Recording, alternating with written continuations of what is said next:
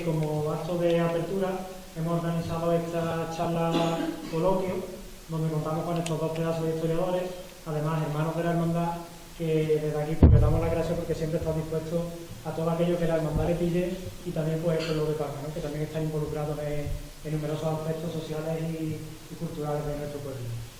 Antes de comenzar, me gustaría que todos juntos tuviésemos en el recuerdo a aquellas personas que nos han precedido y que nos han dado el legado que tenemos hoy en día. Es por ello que voy a encender ahora esta vela en recuerdo de todos ellos y me gustaría que todos juntos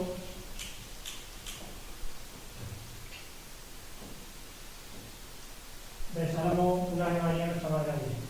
Dios te salve, llena eres de gracia, el Señor es contigo. Bendita tú eres entre todas las mujeres, y bendito es el fruto de tu vientre, Jesús. Santa María, Madre de Dios, ruega por nosotros pecadores, ahora y en la hora de nuestra muerte. Amén.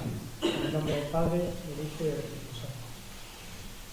Pues para comenzar, primero nos va a hablar un poco Fran sobre lo que es la vocación a María Santísima de los Dolores, para ponernos en conocimiento sobre de dónde vienen nuestros orígenes, ¿no? De dónde, cómo debemos de conocer este nombre.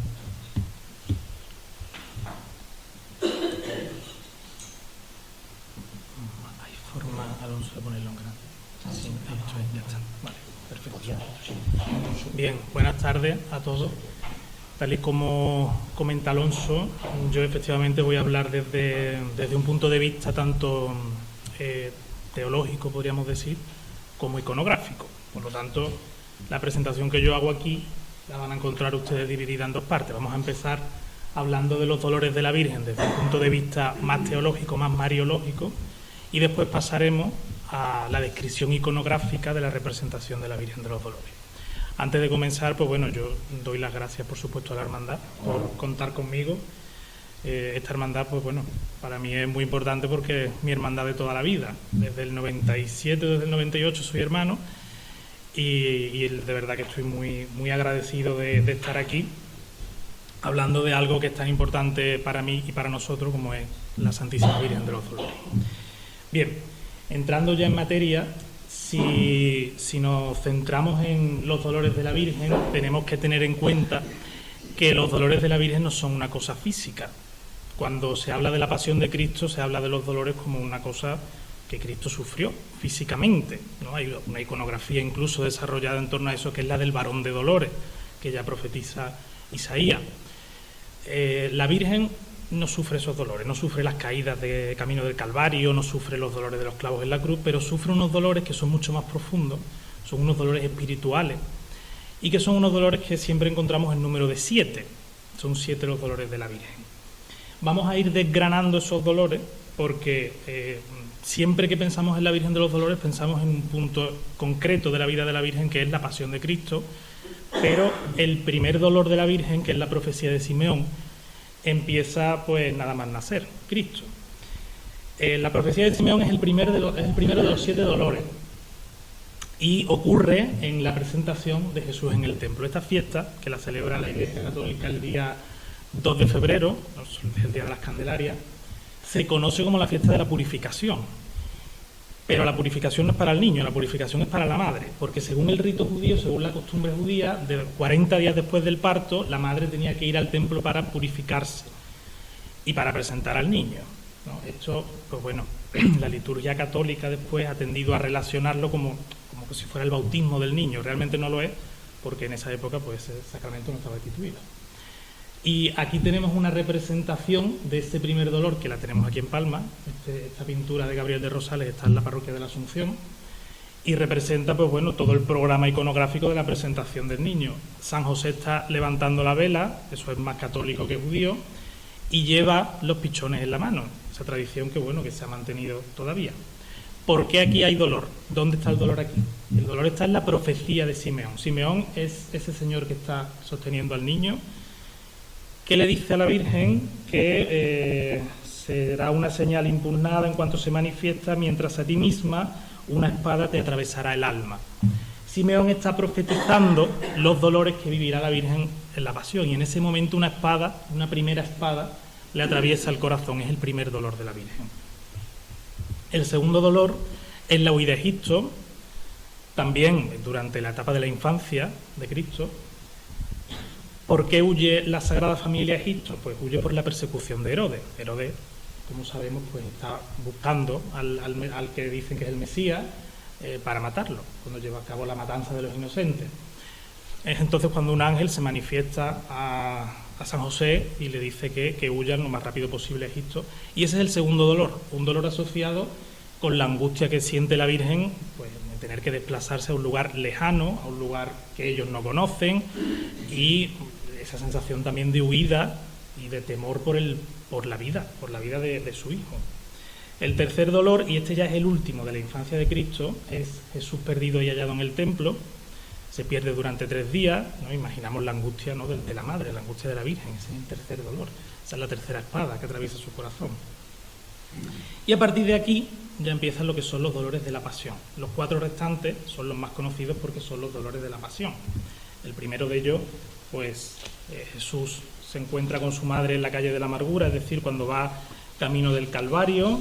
El segundo es la crucifixión, es decir, el quinto dolor, ¿no?, el dolor que se considera, yo creo que de los más importantes. Luego vamos a ver cómo la iconografía toma este dolor como uno de los dolores más importantes. La crucifixión de Cristo. Tanto en este dolor como en el anterior vemos una virtud en la Virgen María, que es la valentía. Estamos en un momento en el que los apóstoles, todos asustados, han huido, se han quitado del medio, pero la Virgen sigue ahí. Y además en la crucifixión ocurre una cosa que es fundamental para todo el orbe cristiano, que es la entrega de la Virgen, ¿no? Cuando Cristo nos entrega a María como madre, por lo tanto, eso también hace partícipe a la Virgen en la redención. Por eso la llamamos la corredentora. Jesús es bajado de la cruz, sería el sexto dolor, es el momento en el que Cristo es descendido de la cruz y puesto en el regazo de su madre. Ese momento de la pasión se ha repetido muchísimas veces a lo largo de la historia del arte por lo conmovedor de ese momento, ¿no? Una madre que está sosteniendo a su hijo muerto. No es normal que los hijos mueran antes que las madres. Y cuando esto ocurre, siempre para nosotros pues resulta algo que es muy dramático y algo que nos conmueve. Por eso, quizá buscando despertar esa emoción en el cristiano, la historia del arte ha representado este programa iconográfico del descendimiento y de lo que se llama la piedad en muchísimas ocasiones. Y el último dolor es el momento en el que Jesús es colocado en el sepulcro. Cuando se reza la corona dolorosa, que es una oración, luego la voy a explicar en qué consiste, cuando se reza la corona dolorosa se dice séptimo dolor, o sea, el último dolor, Jesús es colocado en el sepulcro y María queda en soledad meditando sus dolores. Por eso yo para este dolor he escogido yo esta imagen, porque aquí tenemos la consumación no solo de la pasión, sino de los dolores de la Virgen. Tenemos a la Virgen en el centro y alrededor una serie de ángeles que están portando los atributos de la pasión, el martillo, los clavos, la cruz, en fin, todo el programa iconográfico de la pasión. Pero esos angelitos no están en una actitud dolorosa, ni mucho menos, sino en una actitud triunfante, porque ya anuncian la resurrección. Y la Virgen queda en el centro como protagonista de todos esos dolores que ha vivido a lo largo de su vida y que ahora ya por fin, a la espera de la resurrección, termina. Bien, visto esto, antes de entrar en la iconografía, me gustaría también resaltar la importancia de los dolores de la Virgen en la piedad popular. Hablaba de la corona dolorosa. La corona dolorosa es una oración, para quien no la conozca, similar al rosario, que ahora en Cuaresma es el momento idóneo para rezar la corona dolorosa. Similar al rosario, pero tiene una diferencia, y es que en lugar de 10 Ave María se rezan 7, y en lugar de 5 misterios se meditan los 7 dolores de la Santísima Virgen. No tiene letanía, es muy cortito de rezar, y sirve para llegar a esa reflexión sobre los dolores que padeció la Virgen a lo largo de su vida, no solamente en la pasión. Si hablamos también de piedad popular, pues evidentemente hay que hacer referencia a lo que ha dado de sí los dolores de la Virgen desde un punto de vista literario. Tenemos ahí el Stabat Mater, Lope de Vega, tenemos el poema maravilloso de Gerardo Diego, Dame tu mano María, la de las tocas moradas, es un poema precioso, inspirado por toda esa pasión que vive la Virgen a su forma, ¿no? Los 7 dolores que vive la Virgen. Y por supuesto los 7 dolores se reflejan en el arte. El arte toma los dolores de la Virgen y hace una iconografía propia, que nosotros vamos a ver ahora a continuación, haciendo un recorrido histórico por esa iconografía.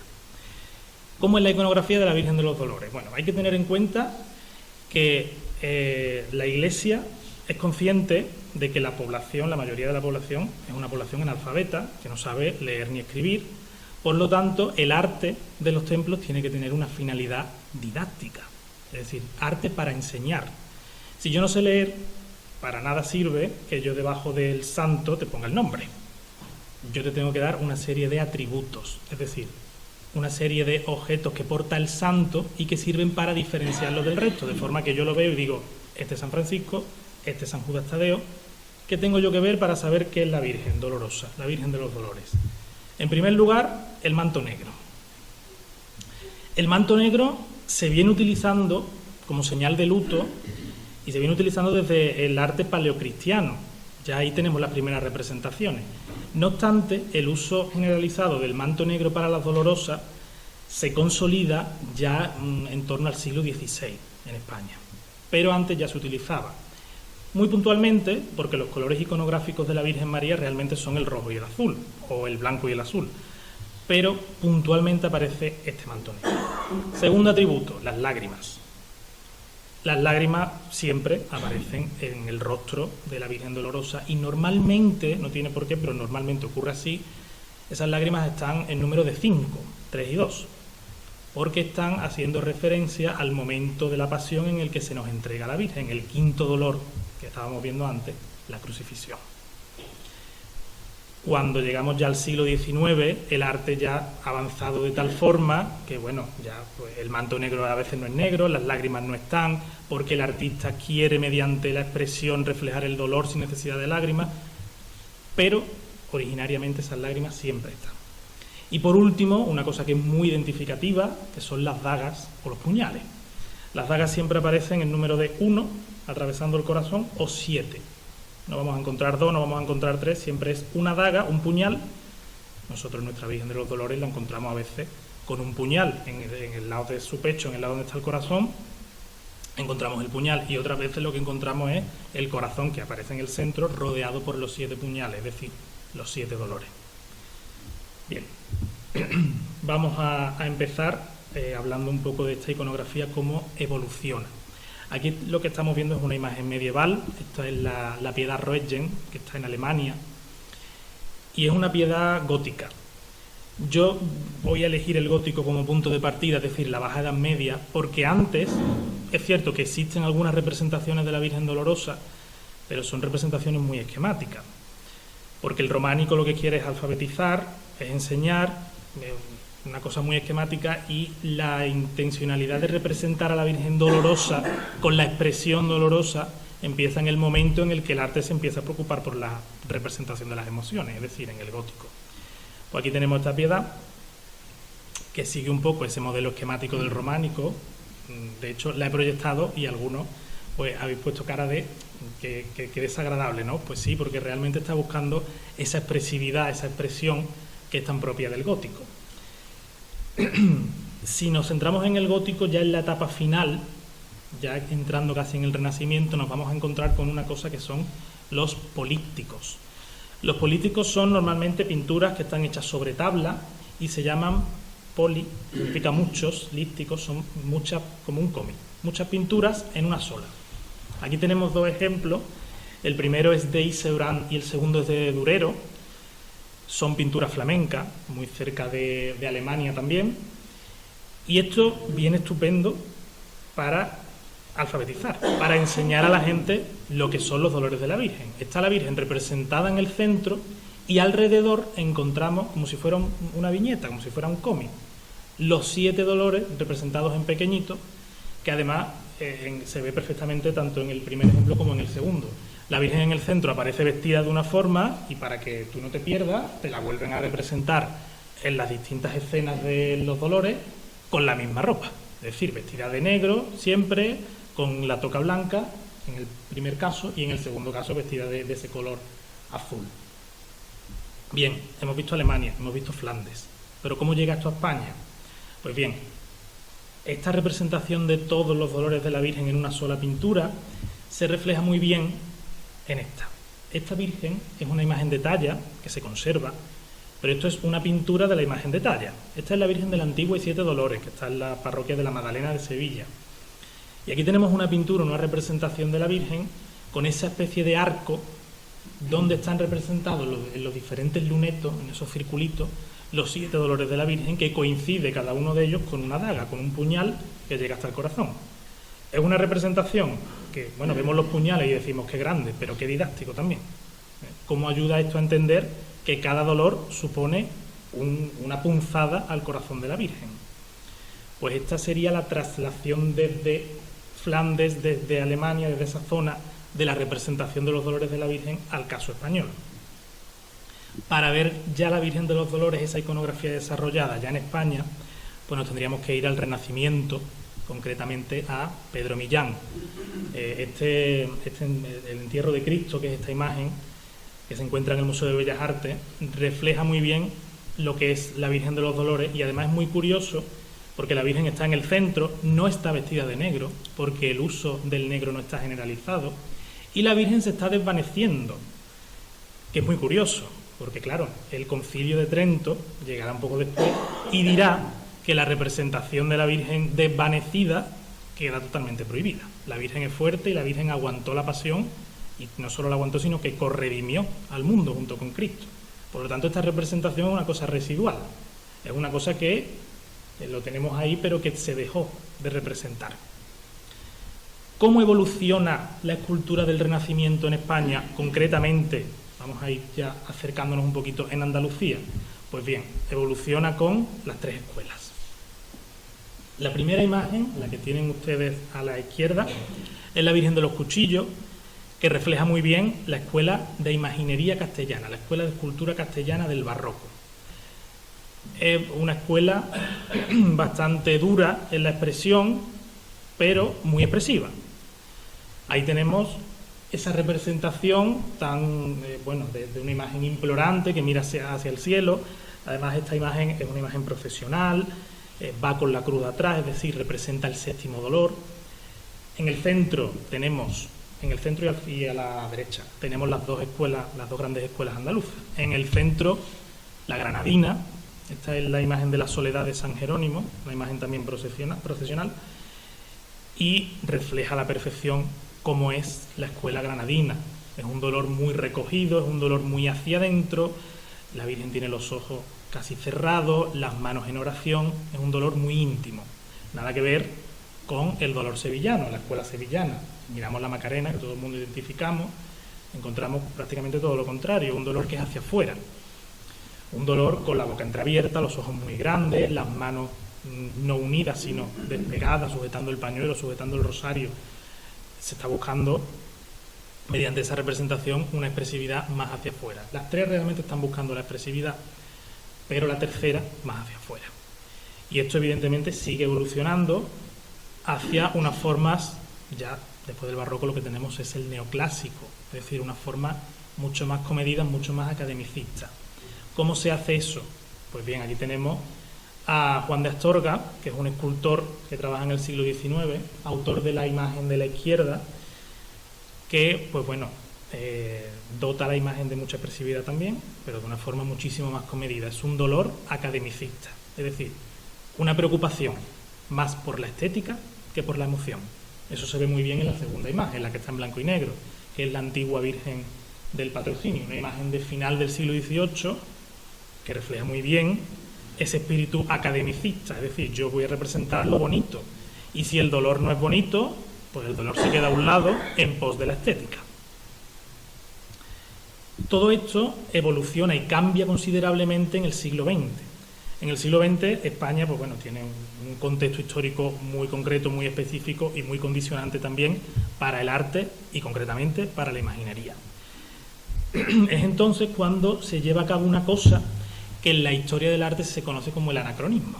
¿Qué es eso? Eso es coger elementos del presente para introducirlos en historia del pasado, es decir, representar a Jesús, representar a María con características que son propias del presente. ¿Cómo se hace eso? Pues eso lo hace muy bien un escultor que se llama Antonio Castillo Lastrucci, sevillano, que realiza esta imagen, que es la Virgen del Dulce Nombre de Sevilla, y es el prototipo de un modelo que crea Lastrucci, que es la Dolorosa Castiza. ¿Eso qué es? La Dolorosa Castiza es la Dolorosa con rasgos de mujer sevillana. Esto recuerda mucho al costumbrismo de finales del siglo XIX, principios del siglo XX, y lo vemos muy bien en el color de la tez, que es muy morena, lo vemos muy bien en los ojos, que son muy grandes, almendrados, negros, lo vemos en la boca entreabierta, que deja ver los dientes, ¿no? Que parece que la Virgen incluso se está riendo, en un momento de dolor, pero se está riendo. Todo eso son recursos que se utilizan ¿para qué? ¿Para qué sirve ese anacronismo? Sirve para crear una empatía, para que el fiel, el cristiano, cuando vea la imagen, diga, vaya, pero es que si es que se parece a no sé quién, si es que este dolor que ha padecido la Virgen lo podría haber padecido también no sé quién. De esa forma se acerca muchísimo a la imagen, al fiel. El siglo XX evoluciona y el icono de la Virgen de los Dolores es una cosa que se ha quedado pues muy metida dentro, y la cultura pop lo absorbe con representaciones como esta. Esto es una obra de Costus, que es una pareja de pintores que trabaja en los años 80, la década de los 80. Efectivamente, se está utilizando una iconografía, un tema que es religioso, pero con figuras que no lo son. El modelo masculino no sé quién es, pero el modelo femenino está claro que es Alaska, ¿no? Que es un artista de pop. ¿Qué significa? ¿Por qué he traído yo esta obra? ¿Por qué proyecto yo esta obra? Porque el icono de la Virgen de los Dolores está tan metido dentro que trasciende incluso y va más allá de lo propiamente religioso para estas representaciones que responden más a la cultura pop. Esta evolución también sigue con autores que trabajan en la actualidad. Este autor utiliza la técnica del collage, que consiste en mezclar varias fotografías para crear, pues bueno, diferentes composiciones. Y este en concreto, que es Paco Magritte, lo que hace es unir imágenes de la Virgen de los Dolores con imágenes de conflictos bélicos que están teniendo lugar en la actualidad. Entonces vemos, sobre todo esto cala mucho en las personas que somos de aquí, que conocemos la imaginería popular andaluza.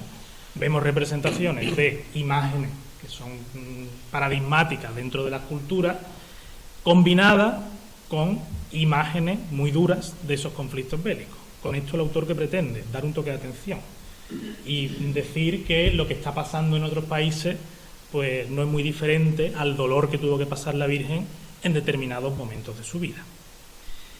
Bien, con esto, que esto es un autor ya prácticamente actual, terminamos este breve repaso por la iconografía que hemos hecho desde un punto de vista escultórico. Pero claro, hay que tener en cuenta que la imagen de la Virgen de los Dolores es una imagen de vestir. ¿Qué significa eso de una imagen de vestir? ¿Qué diferencia hay? Porque aunque sea de vestir sigue siendo escultórica. Pues bien, la mayoría de imágenes de nuestra Semana Santa son imágenes de vestir. ¿Por qué? Porque son imágenes procesionales. Entonces, dos motivos. El primero por el que son de vestir es por un motivo realista. Es decir, se quiere representar una imagen lo más fiel posible a la realidad. Por eso el cautivo que tenemos aquí en esta iglesia lleva una peluca de pelo natural. Por eso las dolorosas llevan pestañas, llevan lágrimas de cristal. Por eso se le ponen también ojos de cristal que brillan, ¿no?, a las imágenes. ¿Por qué? Pues para darle más realismo. Y otro motivo mucho más práctico es el peso.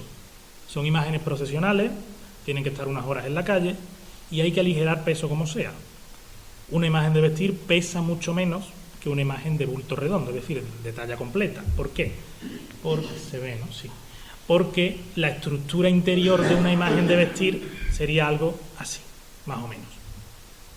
Es decir, solo está tallado de cintura hacia arriba y de cintura hacia abajo lo que encontramos es el candelero, que es una estructura de listones de madera, hueca, no pesa nada, que se reviste, es decir, se le pone tejidos encima. ¿Cómo se reviste la imagen de la Virgen de los Dolores, concretamente? Para eso tenemos que irnos a la corte del rey Felipe II y concretamente a esta señora que tenemos aquí, que es la condesa de Ureña, que era camarera de la reina Isabel de Valois. En ese momento, de forma coetánea, hay un escultor que se llama Gaspar Becerra que realiza una imagen de la Virgen de la Soledad, de la Virgen Dolorosa, para la Iglesia de la Victoria de Madrid. Y la condesa de Ureña, que es viuda y viste como viuda, al ver la imagen se conmueve y dice esto que aparece aquí escrito. Dice que este misterio de la soledad de la Virgen parece cosa de viudas. Efectivamente, la Virgen en el momento de la pasión estaba viuda, San José había muerto. Y si pudiese vestir como viuda de la manera en que yo ando, me gustaría tener parte en esto y poder servir a Nuestra Señora con un vestido y tocas mías. Es decir, la condesa de Ureña cede su ropa a la Virgen de la Soledad para que la Soledad se vista. Y tiene todo el sentido del mundo, porque en ese momento todo el mundo piensa, la Virgen es la reina. Si la Virgen es la reina, pero la Virgen es la Virgen de los Dolores, la Virgen tiene que ir de luto, pero la Virgen tiene que ir de luto como una reina. ¿Cómo visten de luto las reinas? Las condesas, las damas nobles, así, con una larga toca blanca que llega casi hasta los pies, que ciñe el rostro, es decir, deja a la Virgen prácticamente con el cuello cubierto. Debajo de esa toca hay una túnica, un hábito de color negro, y encima de la toca se coloca el manto negro. Esto se generaliza y se retroalimenta. ¿Eso qué significa? Que las imágenes dolorosas empiezan a vestir así, las reinas lo ven, también empiezan a vestir así cuando se quedan viudas o por alguna cuestión de luto, y como las reinas visten de luto, la reina de los cielos también se viste de luto. Y aquí tenemos a Mariana de Austria, por ejemplo, que es esposa de Felipe IV, vistiendo el luto. Este tipo de vestimenta es la que llevan las dolorosas del momento y que muy acertadamente actualmente algunas hermandades recrean. Lo estamos viendo, el hábito, aquí se ve bastante mejor, el hábito negro, encima la toca y encima de la toca el manto negro. Y están viendo ustedes ahí en las muñecas una especie de lazo negro que está como ciñendo la toca. Ese lazo evoluciona y se convierte en un elemento un poco confuso a nivel iconográfico, porque realmente la función real de esas cintas que están en las muñecas era sujetar la toca para que el manto, ¿no? Para sujetar el manto para que el manto no se cayera. Pero evoluciona y se convierte en una especie de estola que da lugar a confusión, ¿no? Porque la estola es una parte de la vestimenta propia del sacerdote, sin embargo, la Virgen lo lleva. Se ve muy bien en el ejemplo de la izquierda, porque la punta de la estola negra termina con los piquitos típicos de la estola de los sacerdotes. Esto es totalmente incorrecto porque la Virgen en ningún momento es sacerdotisa, pero es una evolución iconográfica errónea, pero una evolución iconográfica de esos nudos, de esas cintas que servían para ceñirse la toca. Como vemos, la representación de la Virgen vestida según el modo de la condesa de Ureña se generaliza muchísimo. Estas dos pinturas son de dos hermandades diferentes de Sevilla y responden a la perfección a ese modelo de dama de luto. Bien, ¿cómo evoluciona esto? Si nos fijamos, la toca no llega al suelo. Y aquí se ve muy bien, sobre todo en el primer ejemplo, que hay como una especie de línea negra en la parte de abajo, porque claro, la toca no llega al suelo, se ve el hábito y ese hábito se decora, ¿no? Se borda. ¿Qué pasa? Pues la toca o bien se alarga y se convierte en la saya blanca, o bien se acorta y se convierte en el tocado, dejando a la vista la saya negra, de forma que tenemos este modo de vestir. Estos son dos imágenes diferentes. La primera es la Virgen del Mayor Dolor y Traspaso de la Hermandad del Gran Poder. Aquí tenemos la toca acortada, no baja más del pecho, y se ha desarrollado la saya, lo que se conoce como la saya, ceñida en la cintura mediante ese cíngulo. Y al otro lado tenemos una imagen de la Macarena, que realmente tiene la toca ya ha evolucionado de forma que solo va desde el cuello hasta abajo, cubre solamente el pecho, y lo que está alrededor de la cara son las vueltas del manto o un sencillo encaje, una pequeña toca que está por dentro del manto. Todo eso va a evolucionar después, dando lugar al tocado de blonda, que nosotros conocemos hoy en día. Vamos a centrarnos en la imagen de la Virgen de los Dolores, porque realmente todo este mejunje iconográfico, toda esta evolución escultórica, la vestimenta, todo esto, pues, ¿dónde confluye, no? Pues vamos a verlo con un ejemplo que nos resulta tan cercano como es nuestra Madre de los Dolores. Esta fotografía refleja muy bien lo que hemos visto justo en la anterior. El acortamiento de la toca hace que solamente tengamos esa parte blanca, ese encaje blanco en el pecho y en el entorno de la cara, y el resto es todo negro. Nos fijamos que tiene todos los atributos iconográficos de la Virgen de los Dolores: el manto negro, el puñal en el pecho, y en este caso también las lágrimas, el pañuelo para secar esas lágrimas, que realmente el pañuelo, hoy en día, de una forma muy poética, decimos, ¿el pañuelo para secarse las lágrimas? No, es que los retratos de corte, las reinas, las damas, siempre llevan un pañuelo en la mano. Entonces, eso es lo que está imitando, ¿vale? Bien, dentro de nuestra propia Virgen de los Dolores encontramos una evolución, porque hoy en día la Virgen no se nos presenta como en esta fotografía. Esta foto, que es de los años 40-50 aproximadamente, cercano a la llegada de la Virgen a Palma después de la guerra, nos muestra cómo se vestía la Virgen en ese momento. Y aquí vemos una influencia sevillana clarísima. En ese momento en Sevilla se están utilizando tejidos de bastante calidad, como puede verse en esta imagen. No sé si el cursor se ve, no se mueve, bueno, no importa. La imagen que está aquí, más abajo, que es la Virgen de las Angustias, la antigua Virgen de las Angustias de la Hermandad de los Gitanos, lleva en el pecho un tejido hecho con hilos de oro de bastante valor, muy similar al que lleva la Virgen de los Dolores, en la fotografía de la izquierda. Y también esa forma de marcar el rostro con la frente muy recta, con un simple lienzo de tela, no es un encaje, no es una mantilla, es un simple lienzo de tela, esa forma recuerda muchísimo a la vestimenta de las imágenes sevillanas de los años de la posguerra, ¿no? de la primera mitad del siglo XX sobre todo. Ya sabemos que, lo va a explicar ahora Manolo seguramente, este apartado de la historia, ya sabemos que la hermandad pues sufre una disolución que, bueno, no retoma la actividad hasta el 81, si no me equivoco.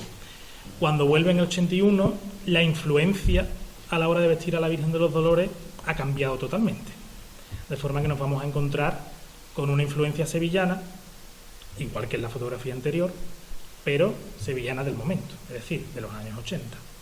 De forma que la Virgen de los Dolores empieza a ataviarse con el encaje, con la blonda, imitando a la Macarena. ¿Y por qué imitando a la Macarena? Pues si nos fijamos en esta fotografía de aquí, la que está a la derecha, y si nos fijamos más específicamente en la frente, vemos que ahí hay un pico, justo en la parte del centro, es decir, que el tul se ha plegado, formando ahí un pico. Eso es una influencia sevillana, más específicamente una influencia de la Macarena. Y es que Garduño, que fue vestidor de la Macarena durante muchos años, introdujo este pico para acentuar la expresión de la Virgen. Pues esto llega a Palma, esta influencia llega a Palma, por cercanía, es lógico, y la vemos en la Virgen de los Dolores. La vemos luciendo unos tocados que son muy clásicos, esos tocados de blonda, pero respetando la iconografía del negro, si nos fijamos. Eso es una cosa que tanto en la fotografía anterior como en esta no cambia. Siempre aparece la Virgen vestida de negro, tanto la saya como el manto, que es una evolución de ese luto Habsburgo, de ese luto de los Austrias que hemos visto anteriormente. Todo esto desemboca en la actualidad, y ya con esto termino. Bueno, aquí tenemos otra fotografía, esta de la primera década de los 2000, donde vemos a la Virgen manteniendo todavía ese pico en la frente tan característico para llegar a la actualidad. En la actualidad realmente la Virgen recoge muy bien todas esas influencias de diferentes estilos, de diferentes tendencias que responden a un devenir histórico mucho más amplio del que nos pensábamos, ¿vale? Entonces, bueno, aquí vemos una representación, una fotografía de la Virgen vestida hace, creo que 2 o 3 años, bastante reciente, con ese estilo que lleva actualmente, tan acorde a la línea de la hermandad. Y pues bueno, estamos viendo realmente aquí todas las características. El negro procedente del luto, estamos viendo la toca propia de principios de siglo, es decir, recogida en el pecho, no más abajo del pecho, y ese tocado corto que termina ahí. Con esto yo ya termino mi intervención. Yo espero que haya servido sobre todo para entender un poco que en las hermandades nada es accesorio, que todo tiene un porqué, que todo tiene una historia, a veces una historia muy profunda, y espero sobre todo que hayamos podido, con mis palabras, pues llegar un poquito más al misterio de los dolores de la Virgen. Muchísimas gracias por su atención.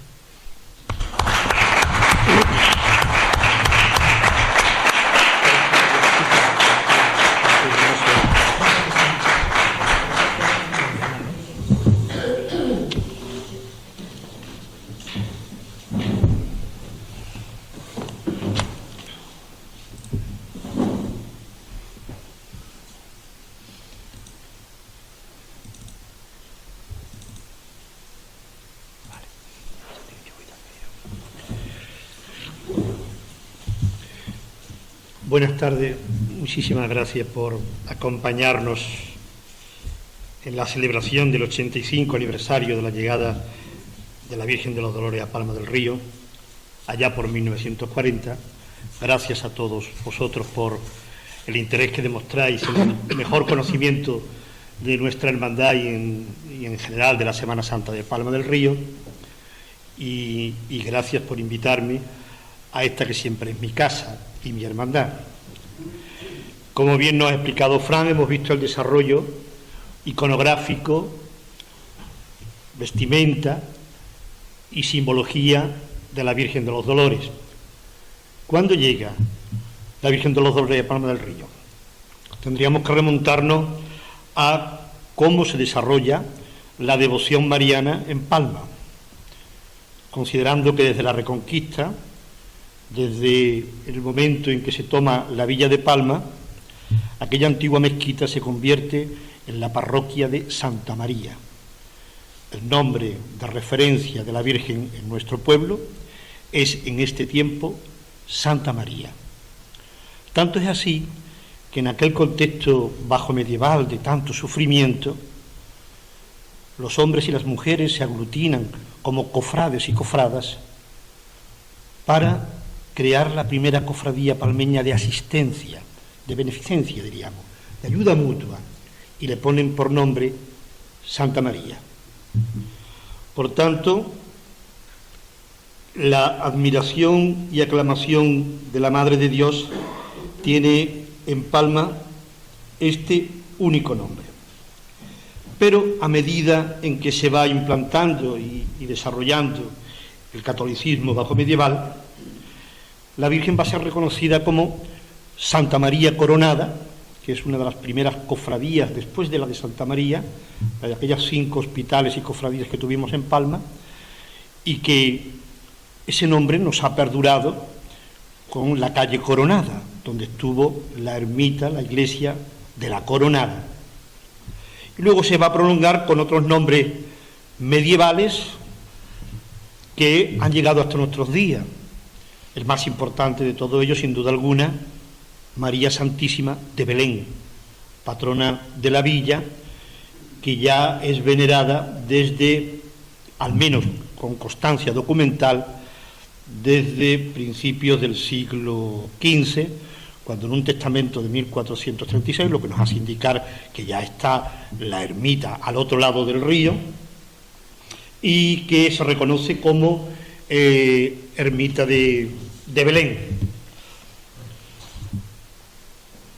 Luego la siguiente devoción, que también ha llegado hasta nuestros días, pero ya convertida más en patrimonio histórico-artístico, es la Virgen de las Angustias.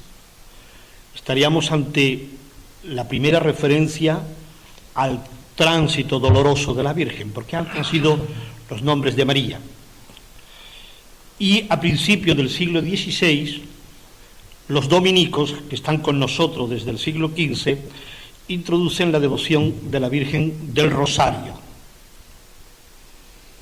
No será, por tanto, hasta que lleguen los franciscanos cuando vamos a conocer y se van a implantar otras advocaciones marianas. Hasta finales del siglo XV, hasta que termina la Edad Media, todas las referencias marianas en nuestro pueblo son como Madre de Dios y protectora de la Iglesia. De ahí que aún no existen ni las cofradías de pasión, ni las hermandades como las conocemos en el día de hoy. ¿Quiénes introducen esta nueva advocación en Palma? Los franciscanos. Nos hallamos en el epicentro de este cambio mariano tan importante en Palma. Y es que vamos a abandonar un tiempo donde la referencia a Jesús, mayormente a Dios, es la de un Dios todopoderoso, guerrero, militar, propio de un contexto bélico como el que hemos vivido durante la Edad Media, y entonces se le representa como Pantocrátor, como un Dios poderoso que está infinitamente lejano de nosotros, y la Virgen que acompaña ese momento y que se le representa prácticamente igual. Los franciscanos vienen a introducir la naturaleza humana de Dios, la naturaleza humana de su Hijo Jesús y la de su madre. Y empiezan a buscar gestos de aproximación a esa sociedad que va acercándose a un Dios Padre, a un Dios hermano, a un Jesús que te ayuda, a una madre. Y os voy a poner un ejemplo bien sencillo de esa naturaleza humana. Y es que en este convento, cuando llegan los franciscanos, una de las piezas o de las devociones que introducen en Palma, y en concreto en el convento, es la recreación de un nacimiento. La primera referencia en la documentación que conservamos de San Francisco nos habla de que tenían un magnífico Belén, con la representación de pastores, de ovejas y por supuesto del niño Dios.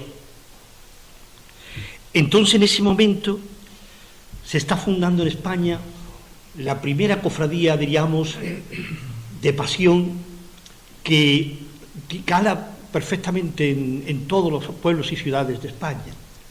La Veracruz, la verdadera cruz, fruto de las cruzadas, de las corrientes culturales que nos vienen desde el otro extremo del Mediterráneo, empieza a reconocerse que se han encontrado los lugares sagrados, los santos lugares, y que se ha encontrado la verdadera cruz. Y son los franciscanos los que expanden esta devoción, la de la verdadera cruz, que llega hasta nuestro pueblo, aquí en el joven convento de Nuestra Señora de Belén, donde se funda la primera hermandad de la Veracruz en 1555, es decir, al poco de fundarse el convento franciscano, ya tenemos la capilla de la Veracruz, que es el lugar que hoy ocupa el despacho parroquial y donde nos vamos a llevar una gratísima sorpresa, porque en el primer momento del siglo XVI, en ese entorno del despacho parroquial, encontramos 3 hermandades de pasión, 3 hermandades de sangre: la Veracruz, la Soledad y San Antonio de Padua. Y 2 muy interesantes porque nos hablan de ese proceso de humanizar y de amar más a la Virgen más cercana. La hermandad, la cofradía de la Inmaculada Concepción, de la pura y limpia Concepción, así como la cofradía de San Francisco. Pero centrándonos en las 3 hermandades de pasión, comparten prácticamente el mismo espacio, porque el convento es muy pequeñito, se limita a la zona de lo que era la antigua enfermería que han fundado los franciscanos a finales del siglo XV, para que de esa forma se pueda producir una artimaña eclesial de fundar un convento. Y además participan en esta historia 2 eminentes franciscanos que van a tener una traslación en la historia de la orden importantísima, como es ni más ni menos que Fray Juan de Quevedo, que es ministro provincial de los franciscanos de la provincia de Los Ángeles, y que cuando el rey lo manda a América, lo manda a tierra firme a fundar nuevas iglesias, nuevas diócesis como la de Panamá, la de la Nueva Castilla, se lleva en ese proceso a palmeños que él ha conocido en su estancia en Palma del Río, así como también la importancia de el cardenal Quiroga, que será uno de los promotores de la Veracruz. Pues bien, en el despacho, en lo que era la capilla de la Veracruz, en el inventario de este templo se afirma que preside el altar la Virgen de los Dolores, siendo la misma estancia donde se encuentra la Virgen de la Soledad, el Santo Sepulcro y las Pasiones, el Cristo o la imagen cristífera que saca la Hermandad de San Antonio de Padua, con otras imágenes a las que simplemente se le refiere como dolorosas. Por tanto, la primera imagen de la Virgen de los Dolores está aquí, en San Francisco. Si bien nosotros, como miembros y hermanos de la Cofradía del Santo Sepulcro, Virgen de los Dolores, a día de hoy, nos preguntamos, ¿es entonces nuestra primigenia Virgen de los Dolores?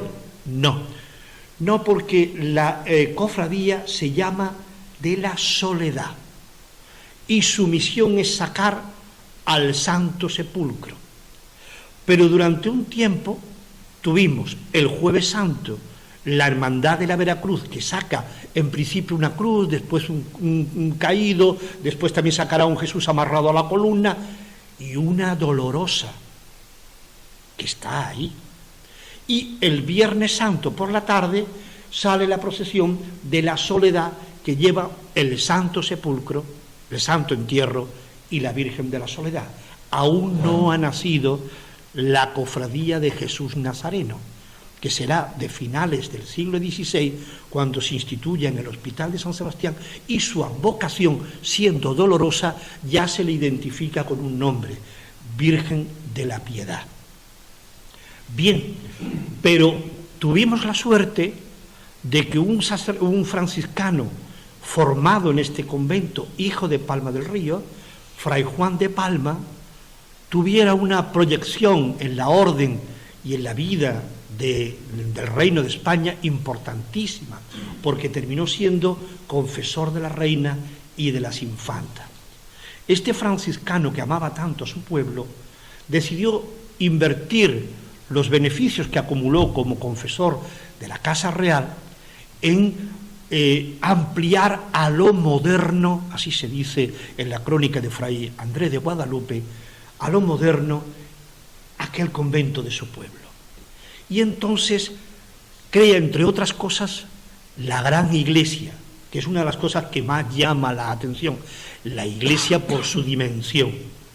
Una iglesia y un convento al que dota de un nuevo claustro, de biblioteca, archivo, enfermería y de mayores dependencias. Una obra de una envergadura que, aunque Fray Juan de Palma afronta con sus ahorros, él no puede concluir. Y entonces acude a los condes de Palma. Y os cuento esto porque nos va a determinar algo importantísimo. Y es que cuando se hace la iglesia, cuando se construye la iglesia, solo quedarán las capillas de este lado, del lado de la epístola, donde está la Veracruz, la Soledad, San Antonio de Padua, y son capillas de estilo renacentista o un renacimiento ya tardío. Con la creación de la iglesia empezaremos a ver capillas en el otro lado, pero lo primero que se crea en el otro entorno, en el lado del Evangelio, es el Panteón de los Condes, que estaba situado donde en su día estuvo en el día de hoy está el Panteón de los Gameros Cívicos. Antes, del lado del Evangelio, estaba el Panteón de los Condes de Palma. Y la primera capilla que se hace al fondo es la de la Virgen de los Reyes. Tenemos una nueva advocación mariana, pero muy vinculada a la realeza. Cuando entonces, y ahora sí, por fin voy a tener que utilizar la magia de la imagen. Vamos, la flecha está por aquí, Frank, que yo veo menos que Pepe Leche. La flecha está para acá. Aquí, ¿no? Vale. Ahí. Bien. Pero no se está proyectando nada. Ahora sí. Vale, vamos a ver si tenemos... Bien, ahí tenemos la primera capilla de la Veracruz, donde estuvo la Virgen de los Dolores. Veis por la nervadura y por el arco plateresco su tiempo, finales del siglo XV, principio del XVI. Y aquí nos ha aparecido un dato muy curioso, muy interesante, a raíz de una limpieza y pintura de las cúpulas de San Francisco, nos aparece en la cúpula de la capilla del Santo Sepulcro un azulejo donde se escribe: Francisco Villalba, hermano mayor de Nuestra Señora de la Soledad, año de 1728. Ese azulejo nos ha ayudado mucho a comprender cómo después del Panteón de los Condes, la siguiente capilla que se construye es la del Santo Sepulcro y la Virgen de la Soledad. Vemos aquí un plano donde podemos ver la evolución de las distintas capillas a través de la interpretación decorativa de sus cúpulas, y cómo la nuestra, la del Santo Sepulcro, está más alta, más barroca y más esbelta que la de al lado, que es la de San Antonio, porque se construye la de San Antonio más tarde, y evidentemente se construye también más tarde la de San José, que su cúpula queda recubierta por esta techumbre. Como vemos, el estilo renacentista tardío de la Virgen de los Reyes es anterior a la del Santo Sepulcro y a la de San Antonio. Eso indica que la primera que tenemos aquí, en el frontón, en la puerta principal de San Francisco, es la capilla más antigua, que incluso tiene una cartela de cuando se construyó. Luego se hizo la del Santo Sepulcro, la de San Antonio y la de San José. Y esa última que vemos ahí, neogótica, esta es una construcción del siglo XIX, porque se tira las dependencias del Panteón de los Condes de Palma y se levanta una cúpula de estilo neogótico, se ve por el apuntado del arco, donde está el Panteón de los Gameros Cívicos, y se modifica una capilla que hoy ocupa el Padre Gabriel, la casa parroquial, que era la capilla de los venerables terceros franciscanos, que estuvo en Palma del Río pues hasta el siglo XIX con una actividad social muy importante. Pues bien, tanto en varios inventarios del siglo XVIII, XIX y XX, llegamos a tener Virgen de los Dolores en la capilla de la Veracruz, Virgen de los Dolores con altar propio en la capilla de San Antonio, Virgen de los Dolores en la ermita o capilla de Buen Suceso en la calle Nueva, y en la parroquia de la Asunción nunca hubo Virgen de los Dolores. En los inventarios anteriores nunca hubo Virgen de los Dolores, y ya será en el siglo XX, al que vamos a llegar ahora a través del contexto de la Semana Santa, cuando empieza a hablarse allí en la parroquia de la Asunción de vírgenes como la de el Mayor Dolor, una Dolorosa. Y luego vamos a ver qué ocurre cuando propiamente se desarrolle la Semana Santa del siglo XX.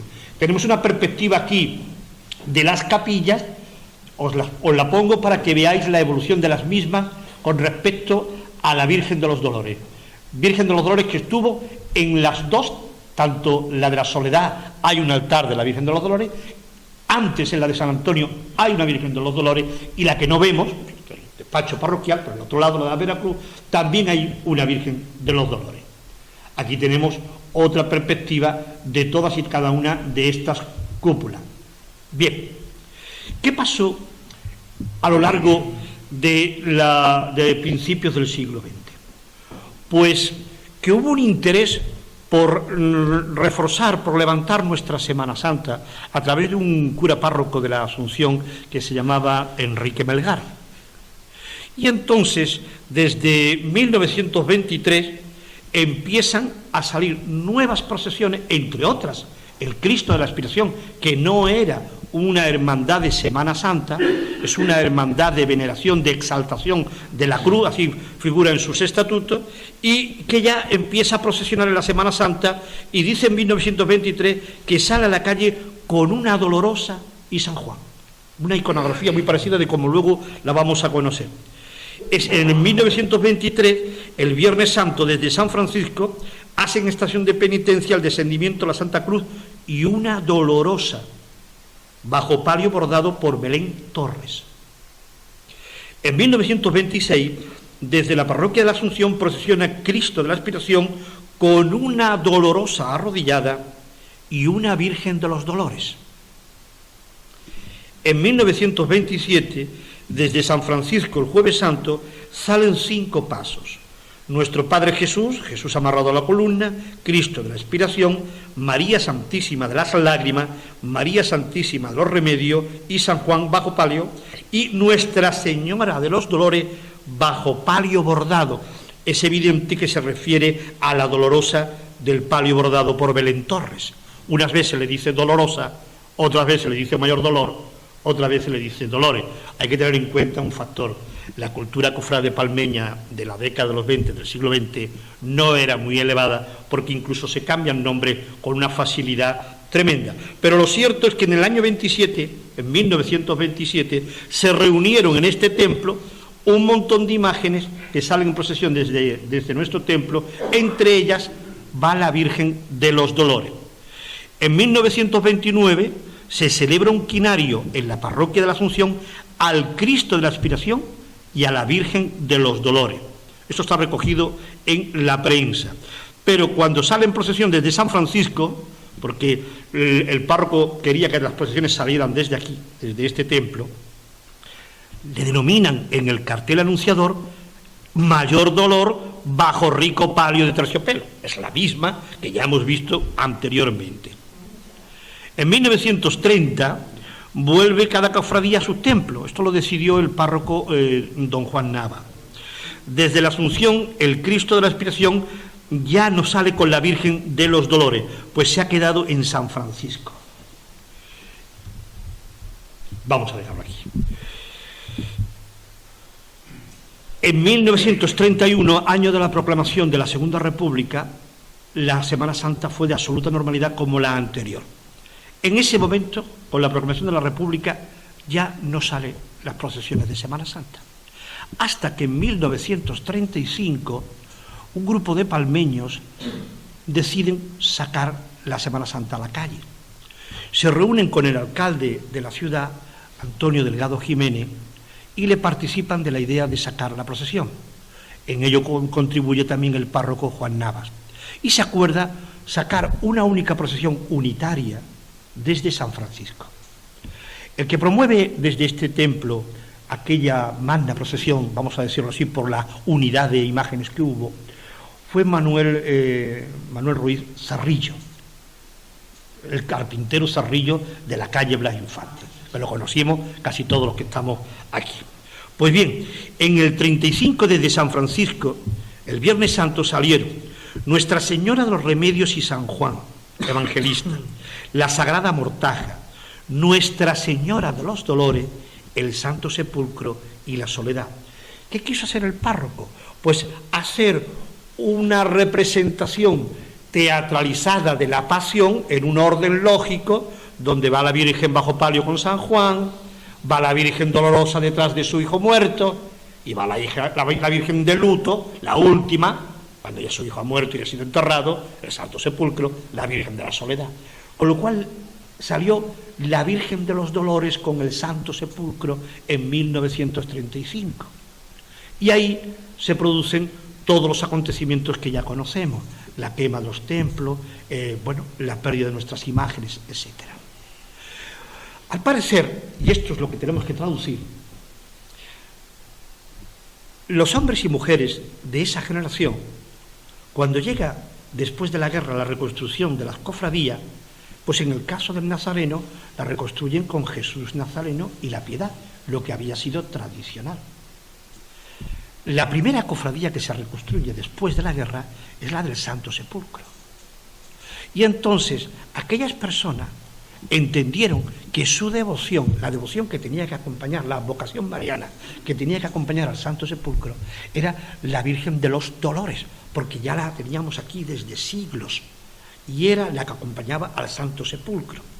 Y además, posiblemente, y esto ya es teoría de las soluciones que se pudo dar, se había perdido la Virgen de la Soledad, pero no así la Virgen de los Dolores, una imagen que llegó, no está muy claro exactamente desde dónde, pero llegó hasta Palma del Río y se prefirió quedarse con la advocación de la Virgen de los Dolores. Y esto tuvo que ser muy pensado, porque este cartel nos da muchas interpretaciones de lo que ocurrió entre el 39 y el 40. Primero, que ya se ha constituido la cofradía con el nombre de Hermandad de Caballeros del Santo Sepulcro y Nuestra Señora de los Dolores. En este cartel se deja entender perfectamente que ya se ha recuperado y tenemos la imagen del Santo Sepulcro como el año anterior. No así la de la Virgen de los Dolores, que a la se le dedica un septenario y es bendecida su imagen. Vamos a recordar este momento a través de la lectura total del texto. Solemne septenario a la Santísima Virgen de los Dolores dará comienzo el día 9 de marzo a las 9 de la noche en la parroquia.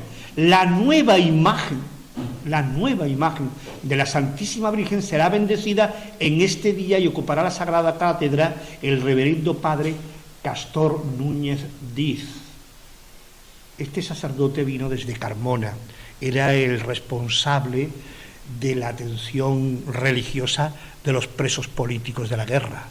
Carmona tuvo una penitenciaría muy dura y este era el sacerdote responsable de redimir, redentorista de los presos que estaban en Carmona, y fue traído a Palma por don Carlos Sánchez Centeno el día 15 a las 8:30, misa de comunión general de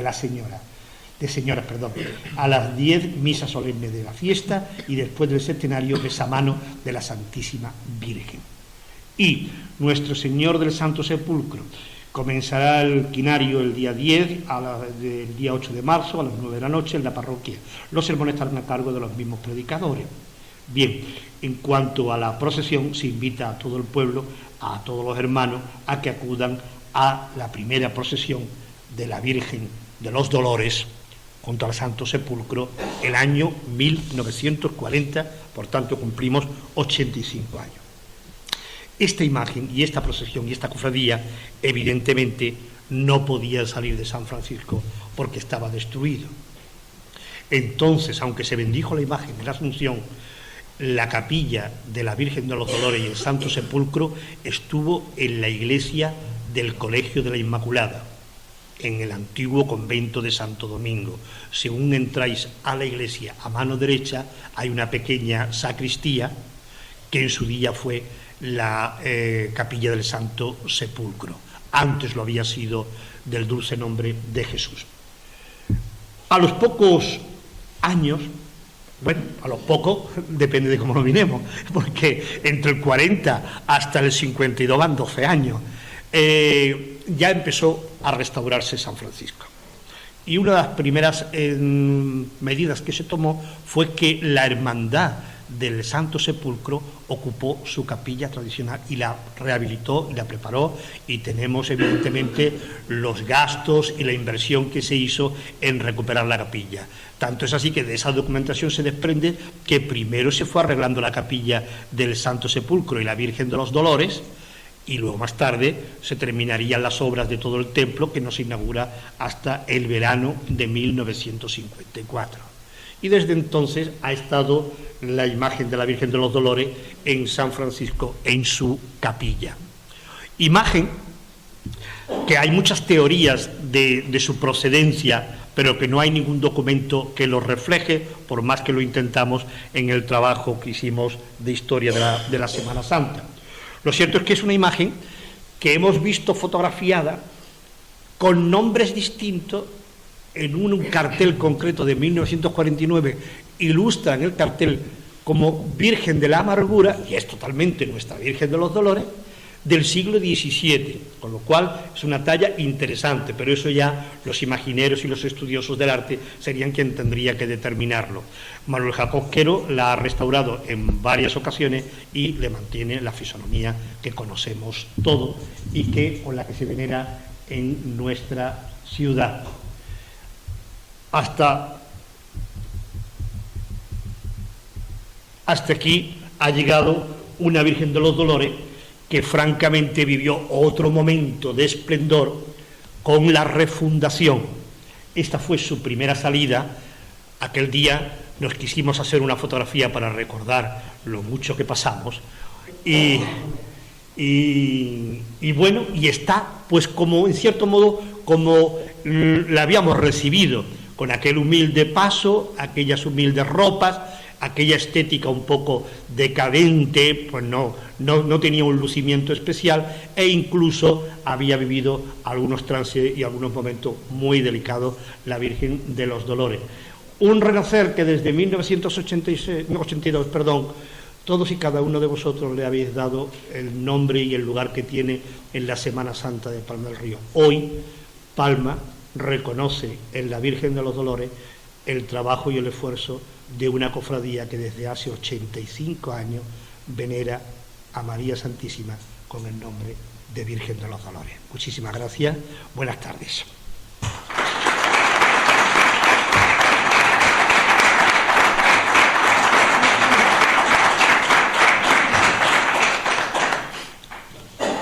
Y se hizo la luz. Si alguien tiene alguna pregunta breve, pues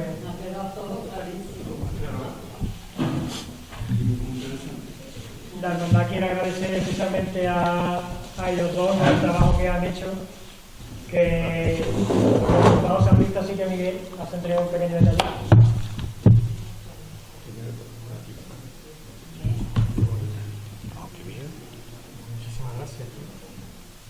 Gracias a vosotros.